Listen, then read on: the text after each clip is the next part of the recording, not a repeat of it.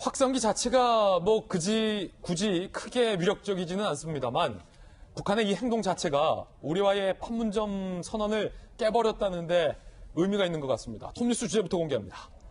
1200만 장 회의라에 이어서 이번에는 확성기를 꺼냈습니다. 우리 국방부가 눈치 보는 건 아니냐라는 얘기도 오늘 조간신문에 나왔습니다. 판단은 뭐 어디까지나 우리 국민 여러분, 시청자 여러분께서 해주시리라 생각됩니다. 일단 북한이 재설치한 대남 확성기부터 한번 살펴보시죠.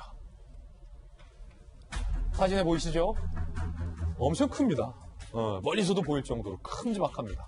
그런데 이 북한의 대남 확성기는 제가 국방부 출입하는 출입기자 시절에도 직접 취재해봐서 아는데 별로 성능이 좋지는 않습니다.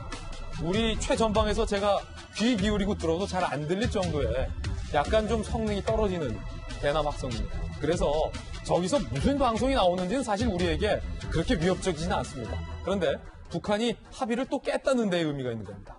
4.27 판문점 선언의 주요 내용부터 보실까요? 군사분계선 일대의 확성기 전단 살포를 중지한다. 남북이 약속한 겁니다. 2018년 5월 남북이 최전방 일대 40여 곳의 확성기를 모두 다 철거했습니다. 첫 이행 조치였다고 대단하다라고 그때 했었습니다. 그런데 북한이 2년 만에 이걸 다시 설치한 겁니다. 판문점 선언을 북한이 완전히 깼다는 거죠.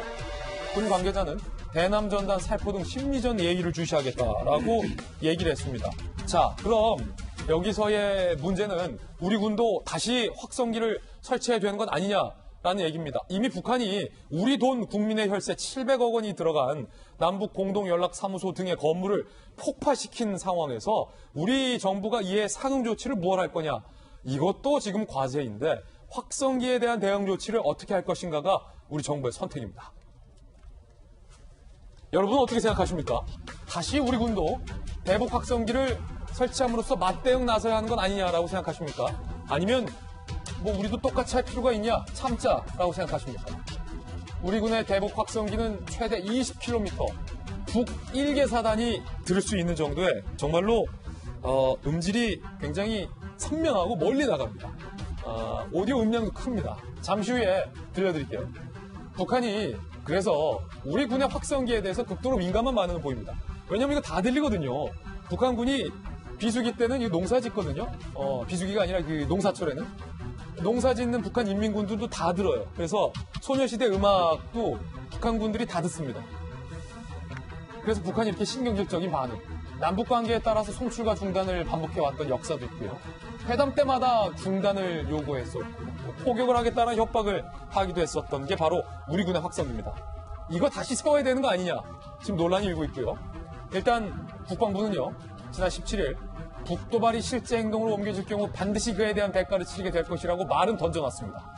그런데 어제 군 관계자는 이렇게 얘기했습니다. 북한이 합의 무시하고 폭주하는 상황에서 그저 바라만 볼 수는 없지만 북한이 대북 확성기에 민감했던 만큼 고민했다. 군은 지금 고민하고 있다는 겁니다. 최종 결정은 청와대에서 할 수밖에 없을 것 같다라며 이 조선일보와 인터뷰한 군 관계자는 청와대로 공을 돌리기도 했습니다. 이 군 관계자가 누구인지 이런 말을 진짜 했는지도 한번 확인해 봐야겠습니다만 적어도 아직 우리 군에서는 확성기를 세우지는 않았다라는 것만큼은 명백한 것 같습니다. 일단은 공영식 교수님, 저쪽에서 확성기 다시 꺼냈어요. 이거 합의 위반이잖아요. 그럼 우리 정부는 어떻게 해야 되죠? 저 같으면 좀 시간을 끌겠습니다. 예. 왜냐하면 언제든지 우리가 더 우수한 최대 20km까지 그 방송을 할 수 있는 확성기를 다시 설치할 수 있거든요. 네. 그리고 북한이 이것을 굉장히 아파하는 부분입니다. 오죽했으면은 6월 초부터 절대 용서하지 않겠다. 최고전함, 우리의 정신적인 핵을 공격하는 행위는 용납하지 않겠다. 그러고 1200만 장의 그 전단까지도 준비해서 살포하겠다 그러는데 네. 그것을 극단적으로 저희가 다시 자극을 한다면 저희가 피해야 될 것은 북한의 이제 군사적인 행동이거든요. 그러니까 북한의 도발이 무엇이냐? 북한의 도발도 여러 가지 종류가 있습니다. 근데 파국적인 우리 측에서 사상자가 나거나 아니면 큰 재산적 피해가 나는 것은 우리가 방지하는 것이 좋기 때문에 언제든지 할 수 있습니다. 그래서 예. 전략적 유연성을 가지는 것이 차라리 북한 쪽을 더 초조하게 만드는, 지금 북한 쪽은 문재인 대통령을 망신 주려고 하고 있거든요. 그렇군요. 개성 연락사무소도 북한이 마음에 안 들 때마다 닫았습니다. 6번 닫았는데 이번엔 뭐 닫아봤자 뭐 문 세게 닫아도 뭐 소용이 없으니까 아예 그냥 폭파시켜 버린 거죠. 예. 완전 폭발을 했고, 북한 사람들한테는 그게 중요하지 않은 건물이더라도 기능을 잘 안 했으니까요. 문재인 대통령한테는 이게 이번 정부의 그 남북관계 협력 그 상징적인 조형물이거든요. 그것이 이제 이렇게 폭파된다는 것은 문재인 정부한테 굉장히 센 메시지를 보내는 겁니다. 근데 이제 또 확성기도 해서 우리가 맞대응을 한다면은 문재인 정부가 그동안 치적으로 내세웠던 것이 다 형회화가 되는데 그것이 바로 북한이 원하는 것입니다. 파국으로 몰고 가는 것이죠. 그래서 이때는 한 템포를 호흡 조절을 해서 차라리 북한의 그런 자극적인 행동에 말려들지 않는 것도 전략적으로 유용하다고 생각합니다. 그렇군요. 자, 그렇다면 북한이 설치했다는 저 확성기의 성능부터 좀 뭐 확인을 해봐야 되는데 저희가 북한이 우리 쪽을 향한 확성기 오디오도 저희가 준비를 해놨고 우리 쪽이 북한을 향해서 쏘는 오디오도 준비를 해놨습니다. 나란히 한번 들어보시죠. 한민족 통일로 미래로 북한 동포 여러분 안녕하십니까?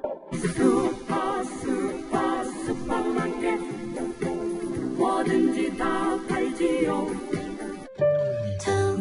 웃음이 터지면 그건 너쿵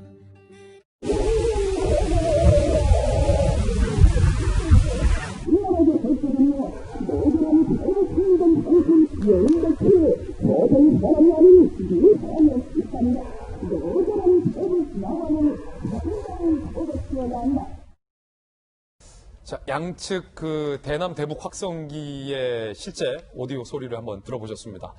자, 고민이에요. 이재명 기자. 조선일보한테 말했던 군 관계자가 이렇게 얘기한 거예요. 고민이 있다. 방금 봉영식 교수님 말씀하신 부분을 고민하는 것 같은데 사실은 이런 논란도 있어요. 그러면 국방부가 멀쩡히 저쪽에서 전탄 뿌리고 멀쩡히 우리 건물 폭파시키고 대남 확성기 다시 세우는 걸 그냥 멀뚱멀뚱 보기만 할 것이냐. 이런 고민도 분명히 있는 것 같아요. 분명 고민이 있죠.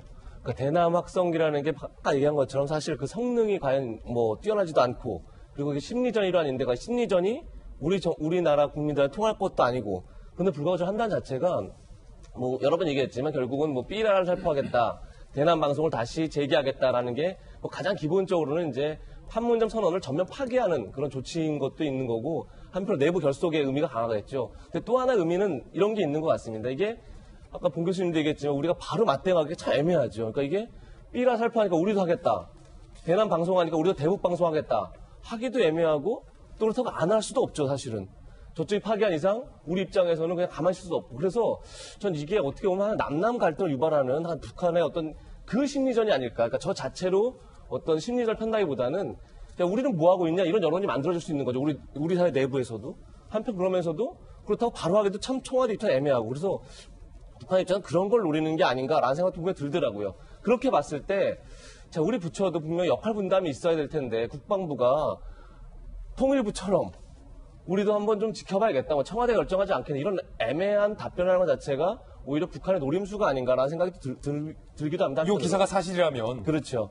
그러니까 오히려 국방부는, 일단 국방부 입장에서는 북한이 도발을 하면 거기에 대해서 단호하게 대응하겠다는 게 국방부의 당연히 제1 원칙이 될 테고 물론 이제 통일부는 통일부대로 또 그걸 다 총괄하는 청와대는 청와대도 입장이 나올 텐데 국방부가 먼저 우리들 고민이다라고 얘기하는 건 좀 문제가 있지 않나 이런 생각이 듭니다.